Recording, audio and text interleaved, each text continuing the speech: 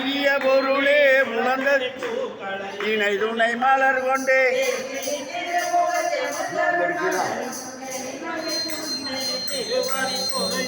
ஏற்றி நின்று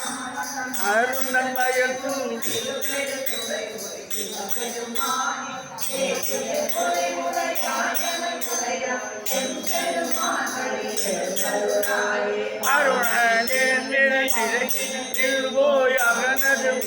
நின் மலர் திருமுகத்தின் கருணையின் சூரி எலையல நயன கடிமலர் மலர் மற்ற அன்னலம் கண்ணாம்